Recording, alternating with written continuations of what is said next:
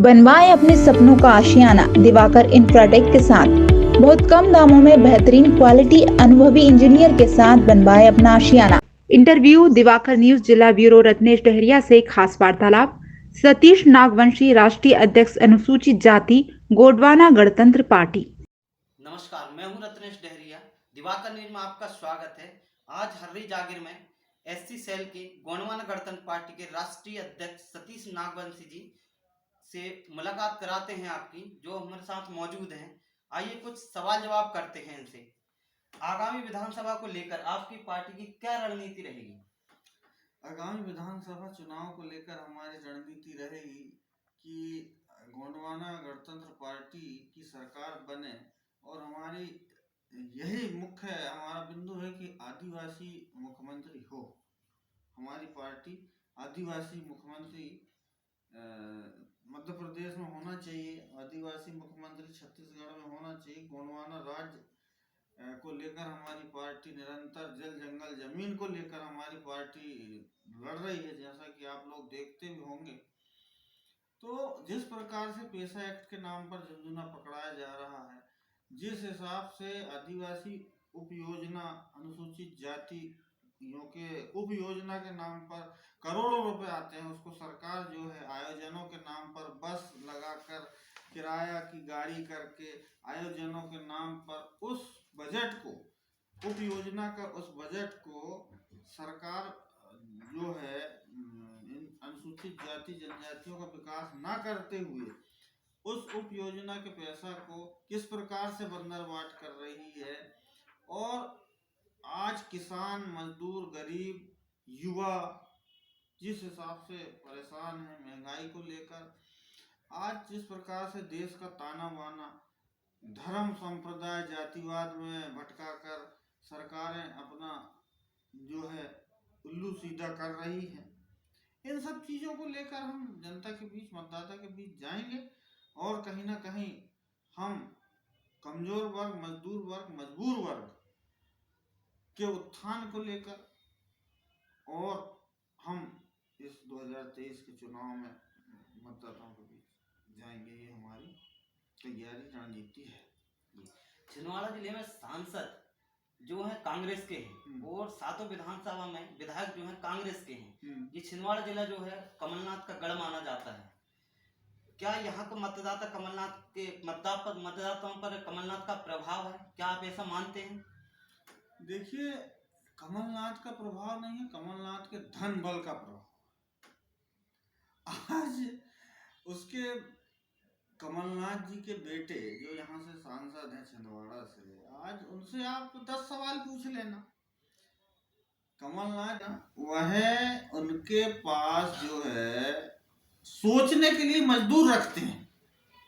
किसी भी बात के लिए वह बोलते हैं कि हमारे फलाने पीए से मिलो, ये वाले पीए से मिलो, वो वाले पीए से मिलो। तो जब सब काम पीए कर रहा है तो तुमको जनता ने काहे चुनी? तो मैं नहीं मानता कि कमलनाथ का प्रभाव है। हाँ, कमलनाथ के धन बल का प्रभाव है। जैसा कि आप लोग को पता है, कमलनाथ और कमलनाथ के परिवार की नेटवर्थ हजारों करोड़ है। तो कहीं ना कहीं कमलनाथ का कोई प्रभाव नहीं है, कमलनाथ के धन बल का प्रभाव है।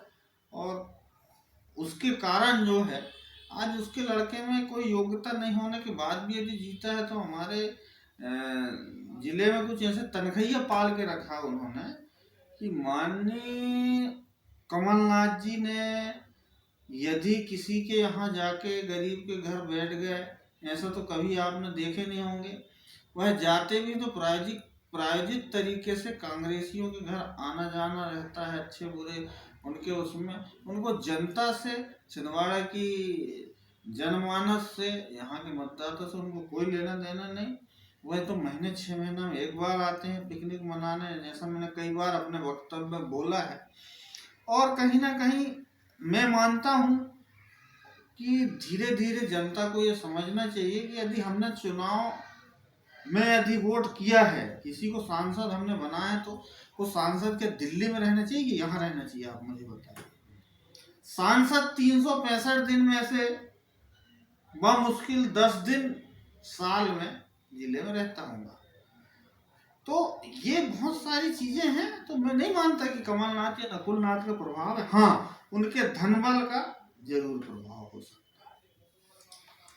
आपकी गोंडवाना गणतंत्र पार्टी किन किन मुद्दों को लेकर चुनाव में उतरेगी?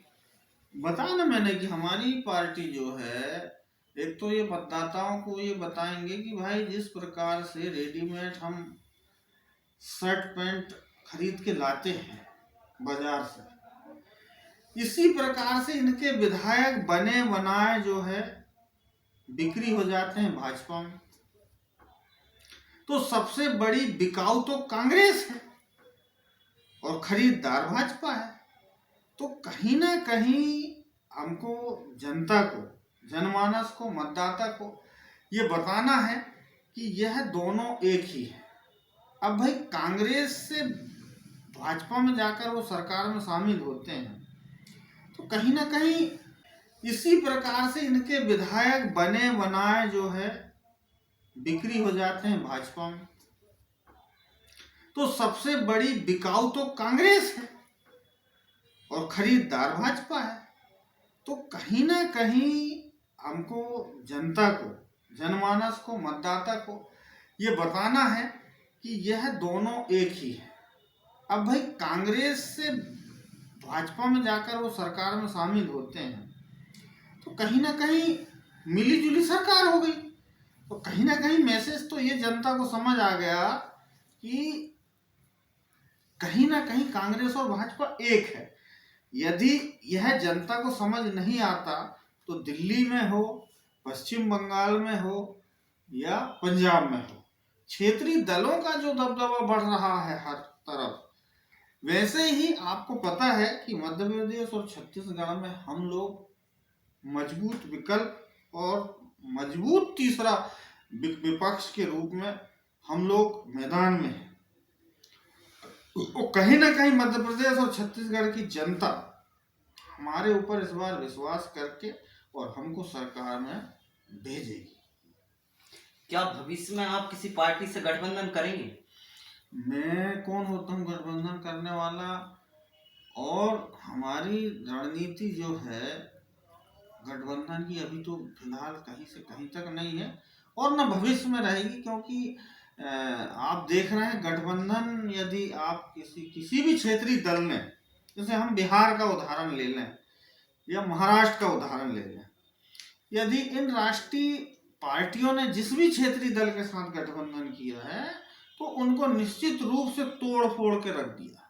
इसलिए गठबंधन का कोई सवाल ही नहीं उठता। हम अकेले लगभग 150 सीट में हम मध्य प्रदेश की चुनाव लड़ेंगे और लगभग 45 सीट हमारी छत्तीसगढ़ की, हम उन पर चुनाव लड़ेंगे।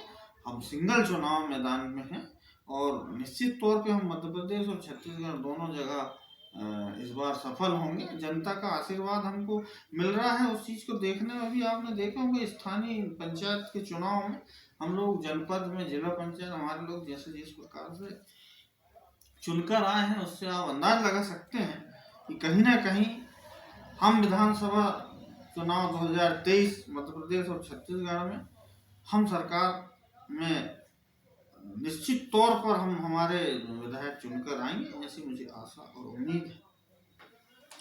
कैमरा पर्सन के साथ रत्नेश डहरिया, जिला ब्यूरो छिंदवाड़ा।